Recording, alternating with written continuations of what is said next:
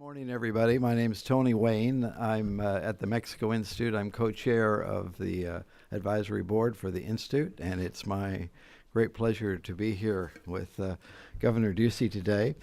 From right after his election in 2014, one of the first things he did was invest in the partnership with Mexico. He recognized from before being governor how important Mexico is to Arizona and Arizona to Mexico.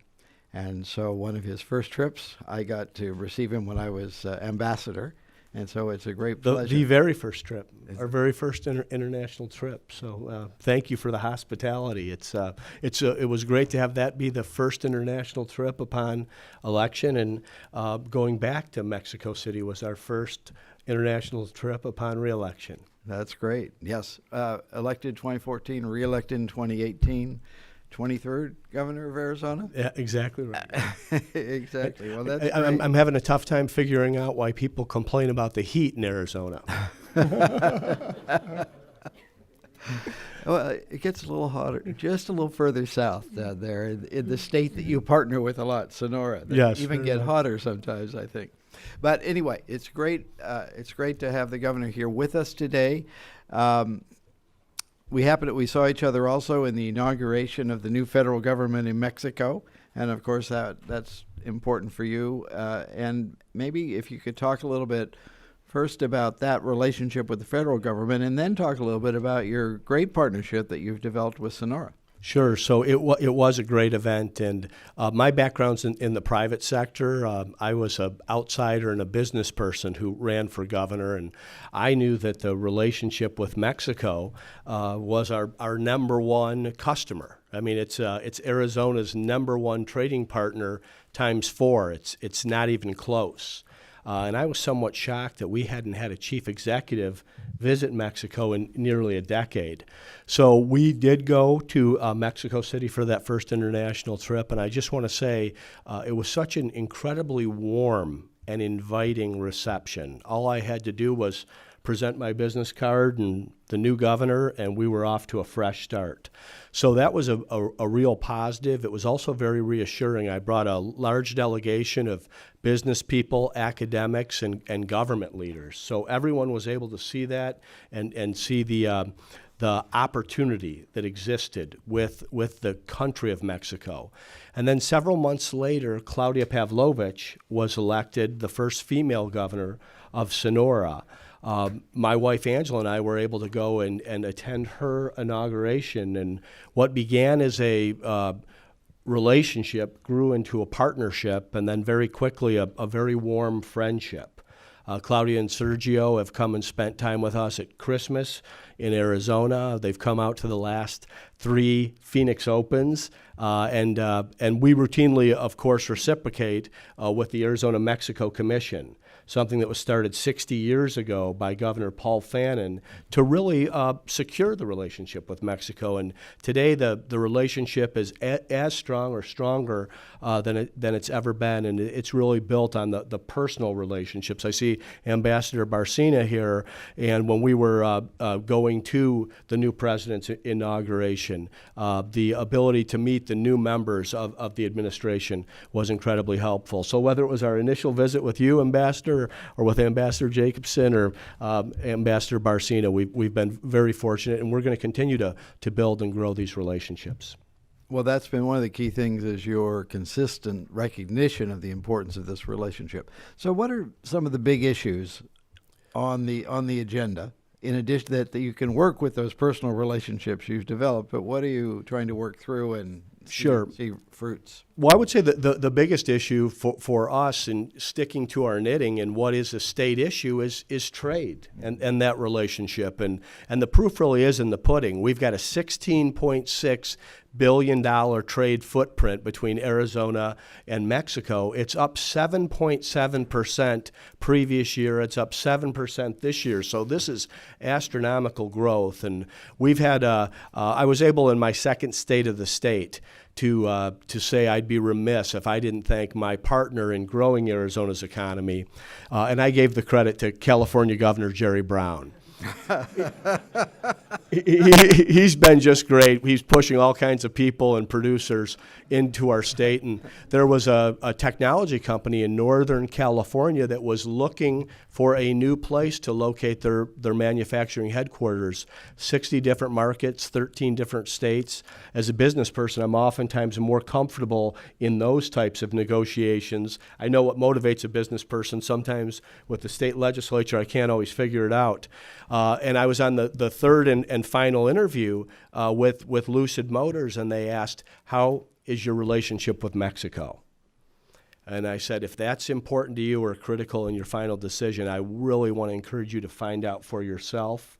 They went to Hermosillo, met with Governor Pavlovich's team, and 2 months later, on the steps of the Arizona Capitol, myself and Governor Pavlovich, along with the leaders of Lucid Motor Companies, were able to cut the ribbon on what is going to be a manufacturing plant in Pinal County, Arizona, Casa Grande, and it was due to the relationship and the trade relationship with Mexico. So there will be a growth in jobs for Arizona and a growth in jobs for Hermosillo and Sonora. It is a true win-win, and that's very possible in this economy. That's great.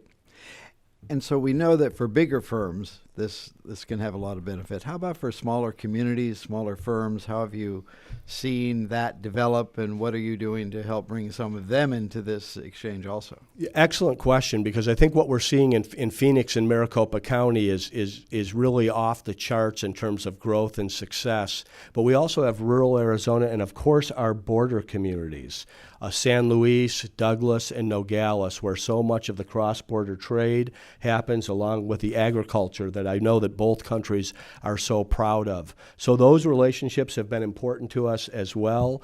We've done things like the Unified Cargo Processing Program that allows our trucks and commerce to just be checked once. It provides for public safety, but it also allows, in a business where time really is money and these fragile products are so perishable, we've gone from an average wait of 8 hours at the border of now less than 40 minutes at the border through this type of relationship. So working with the mayors inside these towns, with the business leaders that are so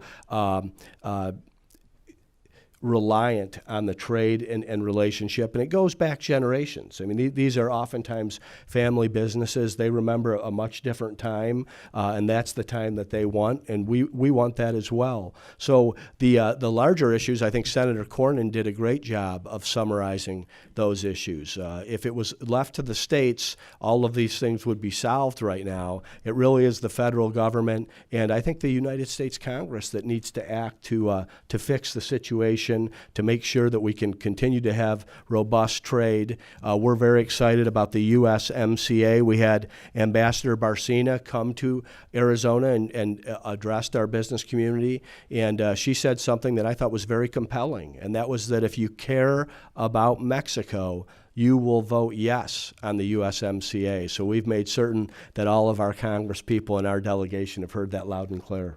So you think they can have that same bipartisan cooperation that you've had in the past with California? You think you can get them all pushing for USMCA? I would like to believe that. I really think this should be done. It should be done as quickly as possible. I like to remind them this is 2019. This is not 2020. This isn't a partisan issue. It shouldn't be part of the election cycle. And I'm someone who was a fan of NAFTA. I'm a believer in free and fair trade. And if the definition of free and fair trade is no tariffs, no subsidies, and no barriers, I'll accept that. But I think we've heard Ambassador Lighthizer say that if we can't pass the USMCA, the other discussions that we're having with Japan, with China, with some of the other, I think, positive opportunities for our economies won't happen. So I really think this is a serious issue, and one that is to the benefit of all of our people. Thank you very much. Let's talk a little bit about the challenges, the other challenges. We have migration, we have illicit drugs, both of which all along the border are serious challenges in different places. More needs to be done. on each of those. There's now an agreement on migration. The two countries are working to manage those flows better. We still have the illicit drugs flowing northward that need to be handled. What's your perspective as governor? Well, as a border governor, public safety is something I wake up every morning and am concerned about. So we've worked closely now with our federal government so that we've got the joint cooperation between Customs and Border Patrol, between the men and women that are on the border and that are at the headquarters stations, our Colonel, Frank Milstead, who runs our Department of Public Safety, working with the border sheriffs, and then local law enforcement in these border towns. And that there's a focus on let's find the drug cartels, the human trafficking, the child sex trafficking. Let's make sure the law enforcement effort is being focused there. We have had a positive cooperation from our federal government, and we have law enforcement leaders on both sides of the border that coordinate on this. So that's been a real positive. And there will always be more to do there. That's just part of, I think, ongoing law enforcement and public safety. The biggest challenge has been on the humanitarian crisis. What's happening from the northern triangle with El Salvador, Honduras, and Guatemala. And I want to say, as difficult as the last couple months have been, and they have been very difficult, our nonprofits and faith-based community are overwhelmed and at the breaking point. We are not only cooperating on the public safety side, now having cooperation and communication on the humanitarian side. So I think that has gone a long ways to avoid some of the things that have been discussed, and I'm hopeful that we can continue to avoid that, because I like to separate these issues out from trade and commerce and the economy, something that I can directly affect. Of course, public safety from whatever state assets that we have, but that we make sure that we continue to communicate and cooperate on that. And again, to call on our Congress for some of the action here. This has been lingering for some time. There's enough blame to go around. This has been in both Republican and Democrat administrations. I think it's an issue, certainly from an Arizona perspective, we would like to see solved. And you understand this as a former businessman. You understand the costs of unpredictability, of uncertainty, if you're trying to run a business, trying to plan your investment, to have these different threats of disrupting that business is very costly. It's hard to measure that cost, but you probably lived through that in your life. It is. It's hard to measure it because you don't know when something doesn't happen, what it costs. So when you talk about this trade footprint growing at 7.7% with uncertainty on both sides of the border, what could happen in terms of capital investment and increased trade if we did have some action from our legislative bodies to actually address some of these, and these are very real issues. Right. I agree with you fully, and I agree fully that there's a lot of responsibility to go all around here, and then the solution is for everybody to accept that responsibility and work together, both in the U.S., between Mexico and the U.S., with Central America, with others.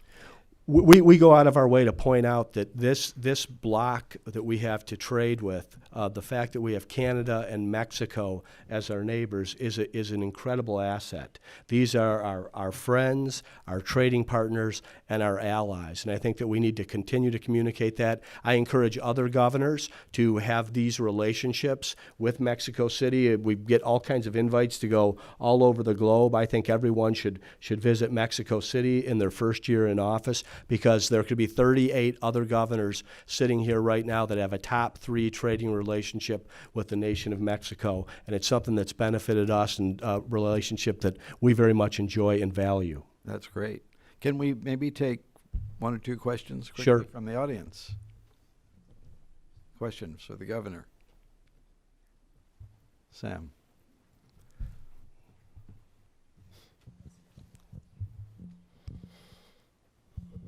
Russ Jones, proud Arizonan and member of the Arizona-Mexico Commission, and we'll be celebrating our 60th anniversary, which is something in itself incredible. There's nothing like it anywhere on the border, and you're to be complimented on your relationship.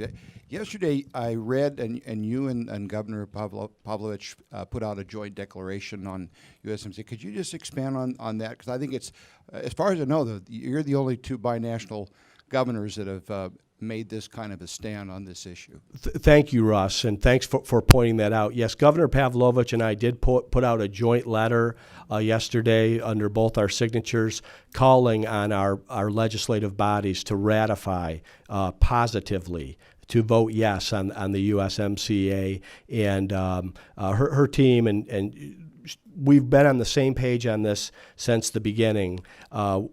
There has been a movement within the NGA, the National Governors Association, and this is really where my concern is that I've seen some politics creep into this discussion. With Governor Pavlovich and I, we knew that this agreement benefits both our states and both our countries, so we wanted to demonstrate that leadership. And Russ, I want to say thank you to you for the leadership that you show on the Arizona-Mexico Commission and for all the good things going on in Yuma. We like to brag on Yuma. It's the leafy green capital of the world, and and they do a great job there. Thank you, Russ. Please, back here. Hi, Governor Merrilee, International Trade Today. I wondered if you would talk about your view of what's going on over at the Commerce Department on the tomato suspension. Florida politicians are obviously making a lot of noise about seasonality, and I know Arizona producers have a very different view. Well, Merrilee, this trade with Mexico, the importance of tomatoes, and really the existing agreements that are there are something that we want to value and protect. We're not trying to keep anyone out of the market, but we're hoping that rule and regulation is not used to benefit one section or sector of the country versus another. So what we want is that level playing field, and also an understanding, as the ambassador pointed out, of some kind of certainty and predictability for existing growers and purchasers. So I know there's been a lot of effort between the Southeast to be more involved in this. We're fine with expanding the market. We think that's something that's a positive, but we believe some of these efforts to limit or direct the market won't be beneficial to either country. It may help a section of the nation, but that's not good for these trade relationships long term. Certainly not good for the people that have put up the capital investment, employ the people that do the work, and we don't want to see anybody have the rug pulled out from underneath them on some of these changes in regulation. And as consumers, we all look forward to having a good availability of tomatoes all year round. Delicious and as they are. Other Yes. fruits and vegetables. Thank you very much, Thank you Governor. much. Thanks, Ambassador. It's been great to have you with us. Thank